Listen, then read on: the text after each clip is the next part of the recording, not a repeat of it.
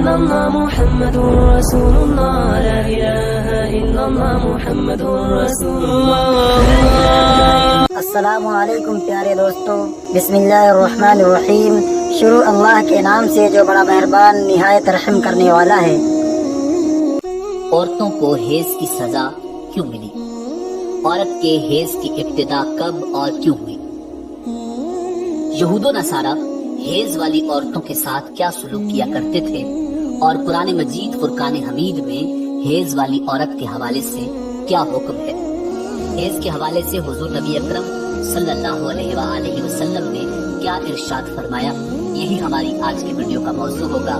اور آج ہم آپ کو عورت کے حیض کے ایام اور مسائل کے حوالے سے انتہائی اہم معلومات فراہم کریں گے.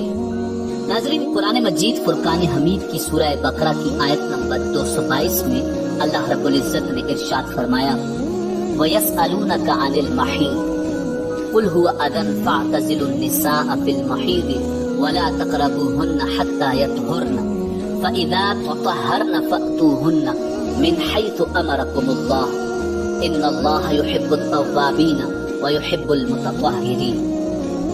آپ سے حیض کے بارے میں سوال کرتے ہیں، کہہ دیجئے کہ وہ گندگی ہے.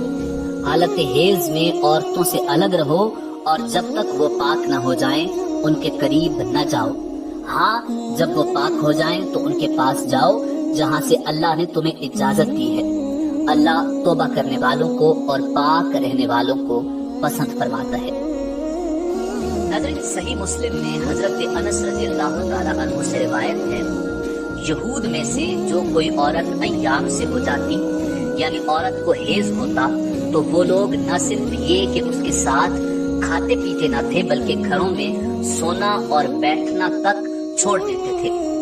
چنانچہ رسول اللہ صلی اللہ علیہ وآلہ وسلم کے صحابہ کرام رضوان اللہ تعالی علیہم اجمعین نے آپ صلی اللہ علیہ وآلہ وسلم سے اس حوالے سے پوچھا کہ حائضہ عورتوں کے بارے میں یہودیوں کا تو یہ عمل ہے، ہم کیا کریں؟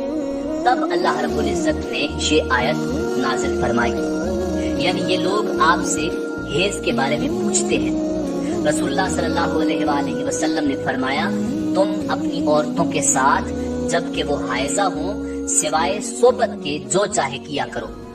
جب یہ خبر یہودیوں کو پہنچی تو انہوں نے کہا، یہ آدمی یعنی محمد صلی اللہ علیہ وآلہ وسلم ہمارے جس دینی امر کی طرف متوجہ ہوتے ہیں اس میں ہماری مخالفت ضرور کرتے ہیں.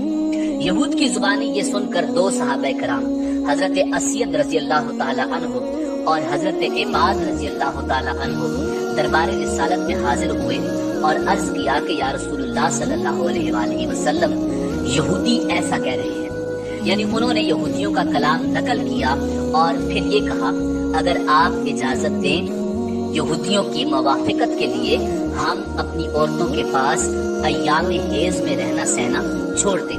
یہ سن کر رسول اللہ صلی اللہ علیہ وآلہ وسلم کا چہرہ مبارک متغیر ہو گیا اور ہمیں یہ گمان ہو گیا کہ آپ صلی اللہ علیہ وآلہ وسلم ان دونوں پر خفا ہو گئے ہیں. وہ دونوں نکل کر چل دیے. ان کے جاتے ہی رسول اللہ صلی اللہ علیہ وآلہ وسلم کے پاس کہیں سے توفتاً دودھ آیا. آپ صلی اللہ علیہ وآلہ وسلم نے ان دونوں کو بلایا اور ان دونوں کو دودھ پلایا تاکہ انہیں یہ پتا چلے کہ رسول کائنات صلی اللہ علیہ وآلہ وسلم ان سے ناراض نہیں. ناظرین، حیض سے مراد وہ خون ہے جو بالغ غیر حاملہ عورت کے رحم سے آئے اور اس کا سبب بیماری نہ ہو. اسی خون کے سبب کسی عورت میں بچہ پیدا کرنے کی صلاحیت موجود ہوتی ہے. اگر کسی عورت کو حیض یعنی ماہواری نہ آتی ہو تو وہ بچہ پیدا کرنے کی صلاحیت سے محروم ہوتی ہے. حیض کی ابتدا کے حوالے سے صحیح قول یہ ہے کہ اس کی ابتدا حضرت حوا سلام اللہ علیہا سے ہوئی. حضرت حوا نے جب شجر ممنوعہ کا پھل کھایا اسی وقت سے یہ بیماری عورتوں کے ساتھ لگ گئی. بعض حضرات اس کی ابتدا بنی اسرائیل سے اور بنی اسرائیل کی عورتوں سے قرار دیتے ہیں، مگر اس قول کو امام بخاری نے رد کیا ہے.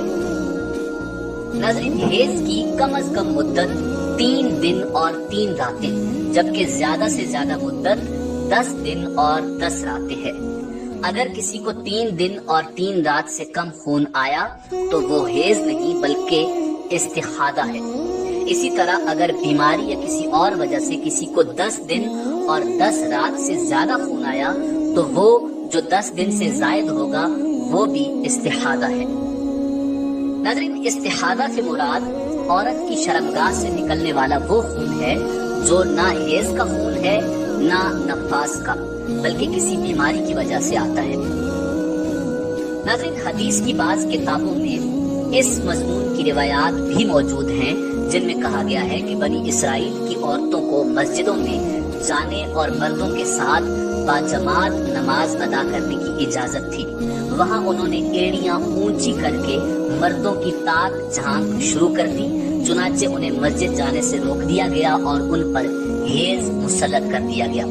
یہ روایت مصنف عبد الرزاق اور مسند اسحاق میں حضرت عبداللہ ابن مسعود، حضرت اسماء بن ابی بکر اور ام المومنین حضرت عائشہ صدیقہ رضی اللہ تعالی عنہم سے مرفوعاً مروی ہے۔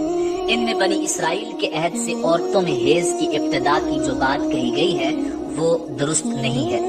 بعض صحیح احادیث سے اشارہ ملتا ہے کہ عورتوں میں حیض کی ابتدا روز اول سے ہے۔ حضرت عائشہ صدیقہ رضی اللہ تعالی عنہا حجۃ الوداع میں اللہ کے رسول صلی اللہ علیہ وآلہ وسلم کے ساتھ حج کے ارادے سے نکلی۔ راستے میں انہیں حیض آ گیا تو وہ اس اندیشے سے رونے لگی کہ اب وہ مناسک حج ادا کرنے سے محروم ہو جائیں گی۔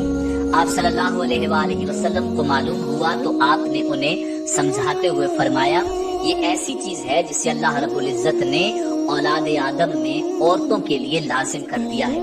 اس حالت میں تم بھی وہی سب کرو جو حاجی کرتا ہے، صرف پاک ہونے تک بیت اللہ کا طواف نہ کرو۔ اسی طرح ایک حدیث حضرت ام سلمہ رضی اللہ تعالی عنہا سے بھی مروی ہے۔ وہ بیان کرتی ہیں کہ ایک موقع پر میں رسول اللہ صلی اللہ علیہ وآلہ وسلم کے پاس تھی کہ مجھے حیض آنے لگا۔ میں وہاں سے اٹھ گئی۔